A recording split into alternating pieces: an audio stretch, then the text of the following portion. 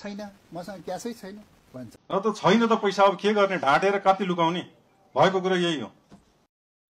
उहाँले लेख्नु भएको छ 10 अरब 10 करोड रुपियाँ क्यास छ भनेर, नगद रिजर्भ छ भनेर। त्यो म जाने बेलामा त्यति त मैले रिजर्भ राखेर रहेछ नि त। जुन बेला म 73 सालमा आएको थिएँ, ब्याङ्कबाट ऋण लिएर तलब खाइरहेको थिएँ। त्यस्तो अवस्थामा म्यानेज गरेर 50 अरबसम्म क्यास लग्यौँ। यत्रो चाहिँ 161 अरब हामीले लगानी गऱ्यौँ। त्यो पैसा त जेनेरेट गऱ्यौँ। एउटा तपाईँ सिधै हालेँ। क्यासको कुरा के हो भने अब 10 अरब 10 करोड त हामीसँग क्यास छ भनेर उहाँले लेखेकै छ। त्यो 10 अरब 10 करोड क्यास भनेको स्ट्यान्डर्ड हो हाम्रो, है।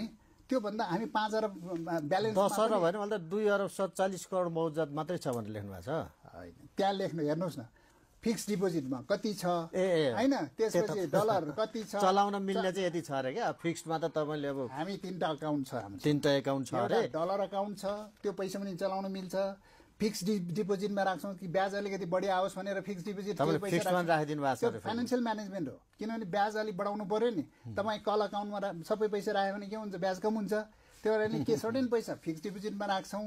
फिक्स डिपोजिटमा 3-4 अरब छ होइन, अनि कल अकाउन्टमा चाहिँ 2 अरब छ। टोटलमा हामीसँग 10 अरब 10 करोड छ। त्यो सबै चलाउन मिल्ने पैसा हो, है। हामी